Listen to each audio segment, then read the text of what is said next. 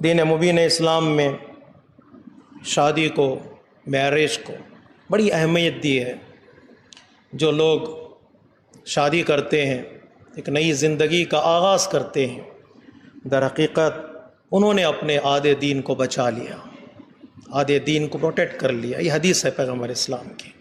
اور اس کے آدھے دین کو اور بچانے کے لیے انسان کے لیے ضروری ہے کہ وہ محنت کرے، وہ تلاش کرے، اس فیملی سٹرکچر کو محفوظ رکھے، تاکہ آگے چل کر انسان اپنے آدھے دین کو، جو بچا ہوا دین ہے، اسے عمل کے ذریعے، تقوی کے ذریعے بچا سکے۔ اس لیے کہا گیا ہے کہ شادی سے پہلے اگر کسی انسان میں یہ کنڈیشن دیکھنا چاہتے ہیں کہ کون سا لڑکا ایک لڑکی کو پسند کرتا ہے اور کون سی لڑکی کس لڑکے کو پسند کرنا چاہیے، اسپاؤس سلیکشن میں جو پہلی شرط بتائی گئی ہے، دیکھو اس کا دین کیسا ہے اور اس کا اخلاق کیسا ہے۔ دین اگر اخلاق دونوں ہیں تو بسم اللہ، نہ بینک بیلنس دیکھنے کی ضرورت ہے، حتیٰ یہاں تک کہا گیا ہے یہ بھی ضروری نہیں ہے کہ ہم پوچھیں تم کتنا کماتے ہو، کیا خرچ کرو گے، اس لیے کہ اللہ تبارک و تعالیٰ نے ایک رزق کا دروازہ شادی ہونے والے کرنے والوں کے لیے کھولتا ہے، ایک نیا دروازہ۔ اگر تم یہ خوف ہے کہ فقیر ہو جاؤ گے، فقر آ جائے گا تمہاری زندگی میں، اللہ تبارک و تعالیٰ یغنہم اللہ من فضلہ، وہ اللہ اپنے فضل سے غنی کر دے گا۔ اگر عمر ایج شادی کی پہنچ رہی ہے تو یہ دو کنڈیشن دیکھیں، اور الحمدللہ ہماری کمیونٹی میں ان کنڈیشن کو دیکھا جاتا ہے، دین دیکھو، اخلاق دیکھو۔ لیکن افسوس کے ساتھ یہ کہنا پڑ رہا ہے، اگر ہم اس کی طرف توجہ نہ کریں تو کہیں ایسا نہ ہو جائے کہ اسپاؤس سلیکشن میں، لائف پارٹنر کے سلیکشن میں ہمارے بچے کہیں ڈیویٹ نہ ہو جائیں، کہیں گمراہ نہ ہو جائیں۔ دین، اخلاق تو اخلاق، میرے عزیزوں، میرے دوستوں، دل پر ہاتھ رکھ کر میں کہہ رہا ہوں، دین کی طرف بھی توجہ نہیں کی جا رہی ہے۔ ایسا لگتا ہے یوکرین اور ناٹو کے درمیان شادی ہونے والی ہے، جو کبھی کامیاب ہونے والی نہیں ہے۔ تو ایک لڑکا اس دین سے لڑکی کو سلیکٹ کر رہا ہے جو اس کا دین نہیں ہے، جس پر وہ یقین نہیں رکھتا، جس پہ وہ بلیف نہیں کرتا۔ ایک لڑکی اب اس مذہب سے، اس دین سے لڑکے کو سلیکٹ کر رہی ہے جو ہمارے فیتھ کا نہیں ہے، ہمارے بلیف کا نہیں ہے۔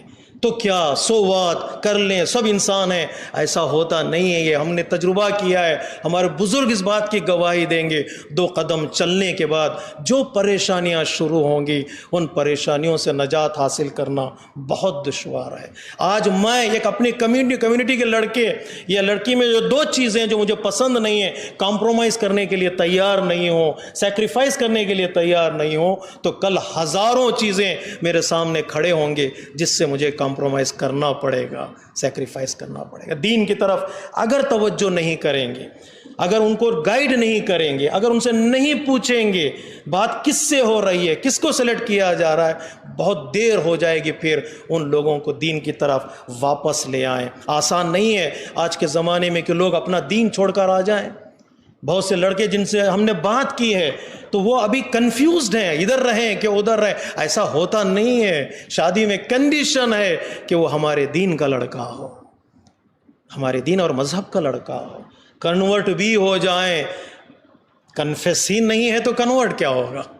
کنورٹ بھی ہو جائے تو پھر کنٹینیو کرنا آسان نہیں ہے۔ اس کی اپنی رشتہ داریاں ہیں، اس کی اپنی فیملی ہے، اس کا اپنا ایک کلچر ہے، اس کو آسانی سے انسان چھوڑتا نہیں ہے۔ جب ہم نے سوال کیا چلو کنفیس ہو گئے، کنورٹ بھی ہو گئے، ہم نے کنورٹ بھی کرا دیا ان کو، اس کے بعد کیا وہ اسی دین پر، دین مبین اسلام پر باقی رہیں گے؟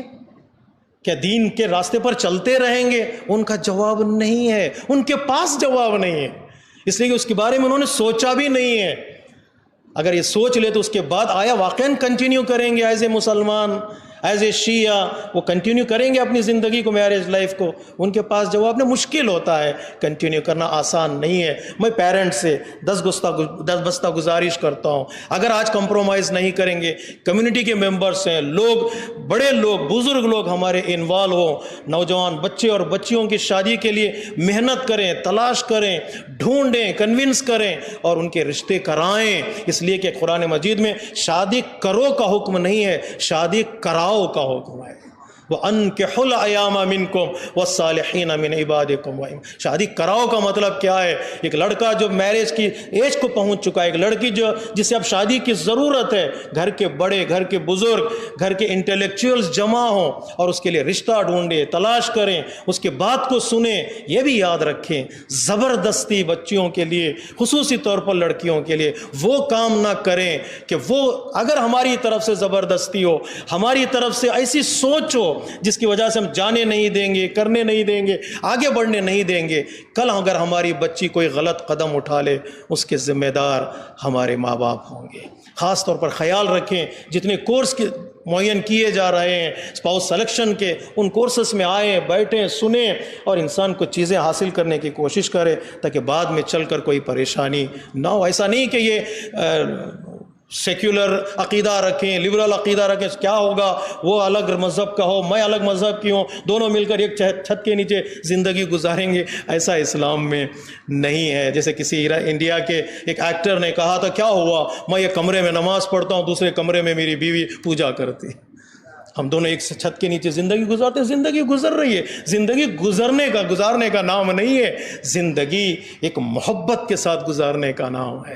جب بچے کے نام رکھنے کی باری آئی، پتہ ہے جس ایکٹر کو لے کر ہم یہی کہتے ہیں چلو ایک چھت کے نیچے زندگی گزار لیں، جب بچے کے نام رکھنے کی باری آئی، وہ باپ مسلمان ہے، کہا ابراہیم رکھیں، ابراہم، تو ماں ہندو ہے، کہتی ہے نہیں رام رکھیں گے، ابراہم رکھیں یا رام رکھیں۔ نام رکھنے میں ظاہر سی بات ہے وہیں تو جھگڑے شروع ہوتے ہیں، وہیں سے جھگڑے شروع ہوتے ہیں، کون پہلے اٹھے، کون پہلے عبادت کرے، کون پہلے اپنا کام شروع کرے، کیا نام رکھا جائے گا۔ تو دونوں نے ڈیسائیڈ کیا نہ ابراہم ہوگا نہ رام ہوگا، چلو نام رکھتے ہیں ابرام، اس میں ابراہم بھی آ جائے گا، اس میں رام بھی آ جائے گا۔ اس طرح کی زندگی میرج لائف میں نہیں ہوتی ہے میرے عزیز، بہت جل کر آگے پریشانیاں ہوں گی، بڑی مصیبتیں ہوں گی اور بڑے جھگڑے ہوں گے، اور کئی مسائل ہماری کمیونٹی میں آگے آ چکے ہیں۔ اس کے لیے بہت ضروری ہے بقول آقا قراتی کے، شادیوں کو آسان کرو، گناہوں کو مشکل کر دو۔ شادیوں کو بہت آسان کرو، بہت آسان کرو، اتنا آسان کرو کہ لوگ آ کر کہیں اپنے باپ سے، اپنے ماں سے کہ ہمیں شادی کرنی ہے، یہ لڑکی ہے۔ اتنا آسان کرو، ایزی کرو، خرچ کے اعتبار سے، بیان کرنے کے اعتبار سے، سوچ کے اعتبار سے۔ بقول کسی اور بزرگ عالم دین کے، نیکیوں کے لیے آج کر کہہ دو، آج ہے، اگر رشتہ آ گیا، لڑکی کے لیے لڑکا پسند ہے، لڑکی کے لیے لڑکا پسند ہے، دونوں اچھے ہیں، دین ہے، اخلاق ہے، بسم اللہ، نیکی کے لیے کہو آج، اور گناہوں کے لیے ٹال دو، دیکھا جائے گا، ایک ہفتے کے بعد دیکھا جائے گا۔ جتنا ٹالتے چلے جاؤ گے اللہ تبارک و تعالیٰ تمہارے اور گناہوں کے درمیان میں فاصلہ ڈال دیتا ہے۔ یہ ضروری ہے، میں دل کی بات کہہ رہا ہوں، انشاءاللہ اس کی طرف خاص توجہ کریں گے، یہ دین کے لیے اخلاق کی طرف توجہ کریں اور ہمارے بچے اور بچیاں ایک کامیاب زندگی گزار سکیں۔ ہم کلچر والے ہیں، ہم تہذیب والے ہیں، ہم دین والے ہیں، خصوصی طور پر دین مکتب تشیع، مکتب اہل البیت علیہ الصلاۃ والسلام، جہاں ہر باریک چیز کو دیکھا جاتا ہے تاکہ ہم اپنے آپ کو آخری امام کے ظہور کے لیے تیار کر سکیں۔ عجل اللہ تعالی فرجہ الشریف۔